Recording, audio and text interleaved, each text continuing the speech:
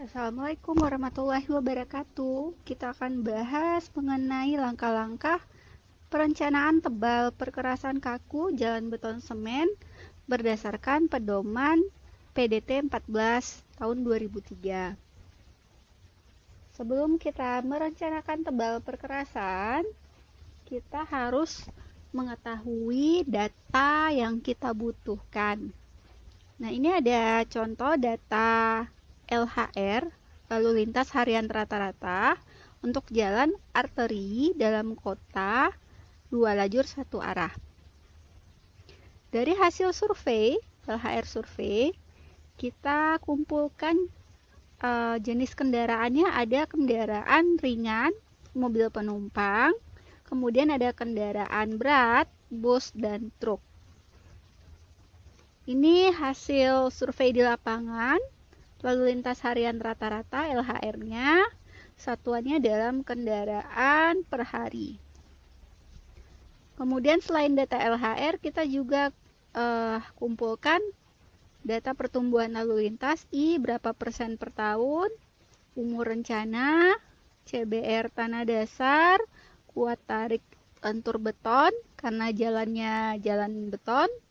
Kemudian bahan pondasi bawah ini nanti direncanakan berdasarkan CBR tanah dasarnya pakai grafik gambar 2. Di sini direncanakan juga bahwa bahu jalannya itu dipakai menggunakan beton nanti bahu jalannya. Kemudian jalan perkerasan kakunya menggunakan ruji atau dowel. Yang ditanya, hitung dan rencanakan perkerasan beton bersambung tanpa tulangan atau BBTT. Nah, untuk perencanaannya nanti ada langkah-langkah. Yang pertama ini nama langkahnya adalah analisis lalu lintas. Ya, kemudian langkah kedua nanti repetisi sumbu. Langkah ketiga nanti perhitungan tebal plat beton. Langkah keempat analisa fatik dan erosi. Kemudian terakhir nanti langkah yang kelima adalah penulangan pelat BBTT. Untuk tahap awal kita akan bahas dulu yang bagian A atau langkah pertama, analisis lalu lintas. Di dalam buku pedoman, untuk menghitung analisis lalu lintas ini, kita bisa menggunakan tabel perhitungan jumlah sumbu berdasarkan jenis dan bebannya. Jadi di buku pedoman PDT 14 tahun 2003 itu tabel yang digunakan seperti ini. Kemudian tabelnya terdiri dari jenis kendaraan, konfigurasi beban sumbu, ada RD. RD ini ada keterangannya di bawah ya, roda depan. Kemudian ada RB, roda belakang. Ada RGD, roda gandeng depan. Ada RGB, roda gandeng belakang. Kemudian jumlah kendaraan, jumlah sumbu per kendaraan, jumlah sumbu, STRT, sumbu tunggal roda tunggal, STRG, sumbu tunggal roda ganda, STDRG, sumbu tandem roda ganda. Di sini ada istilah BS, artinya beban sumbu, JS, artinya jumlah sumbu.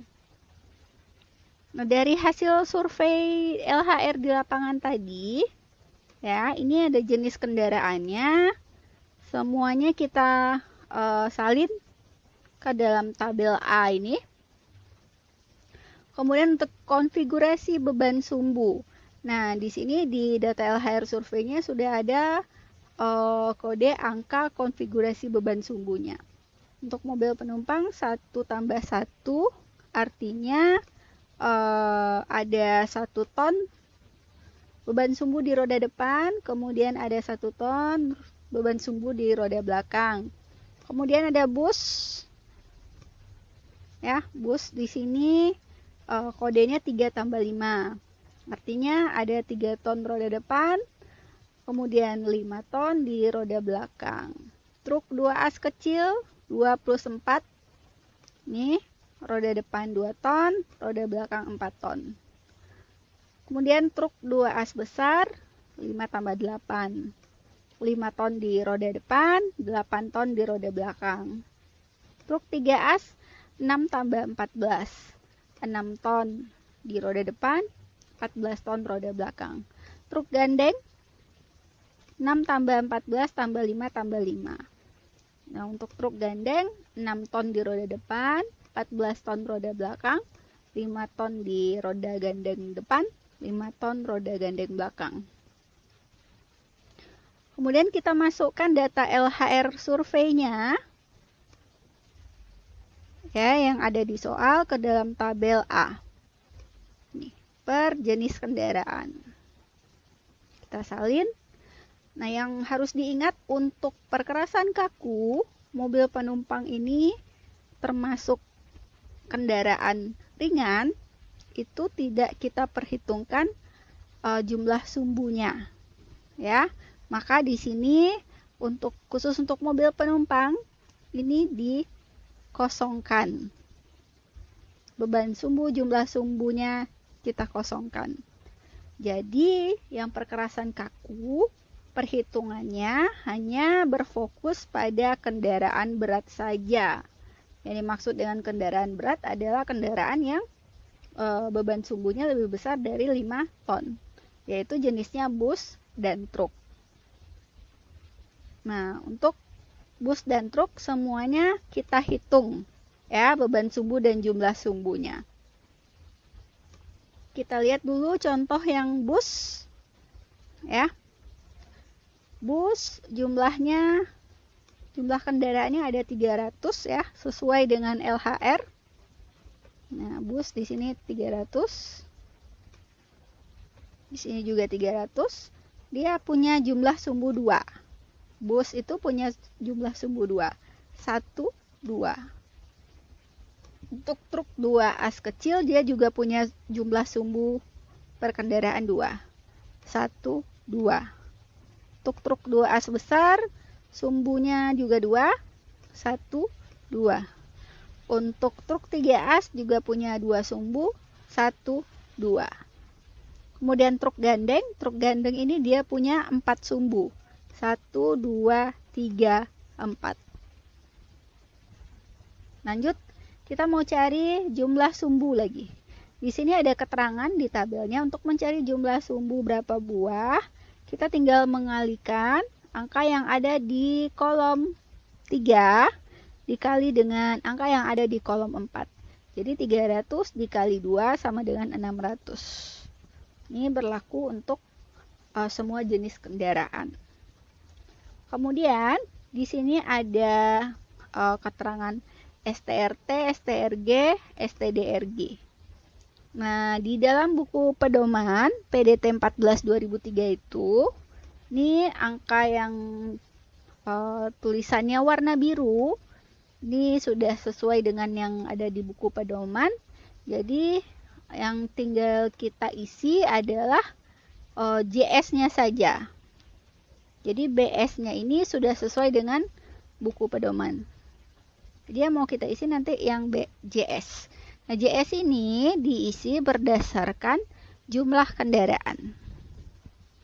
Untuk bus, ya, bus ini jumlah kendaraannya tadi ada 300 berdasarkan LHR survei. Sehingga jumlah sumbunya, ya, untuk sumbu tunggal roda tunggal, beban sumbu 3 ton, jumlah sumbunya 300, sesuai dengan jumlah kendaraan. Nah, kemudian roda belakangnya nanti masuk ke STRG. Di STRG beban sumbu 5 ton, ya, 5 ton. Ini jumlah sumbunya 300 dari jumlah kendaraan. Untuk truk 2 as, ternyata sumbunya baik roda depan maupun roda belakang termasuk STRT, sumbu tunggal roda tunggal. Nah, makanya di sini untuk truk 2 as kecil, walaupun beban sumbunya 2 ton dan 4 ton, roda depan, roda belakang, ya, kodenya tetap diletakkan di STRT. Nah, jumlah sumbu sama dengan jumlah kendaraan. Untuk truk 2 as kecil tadi 650. Maka di sini kita tulis 650, 650. Untuk truk 2 as besar, roda depannya 5 ton. 5 ton itu masuk ke STRT. Ya, jumlah sumbunya 780. Kemudian yang roda belakang 8 ton, ini masuk ke sumbu tunggal roda ganda STRG. Jumlah sumbunya sama dengan jumlah kendaraan, 780. Untuk truk 3 as, 6 ton di roda depan ini masuk ke STRT.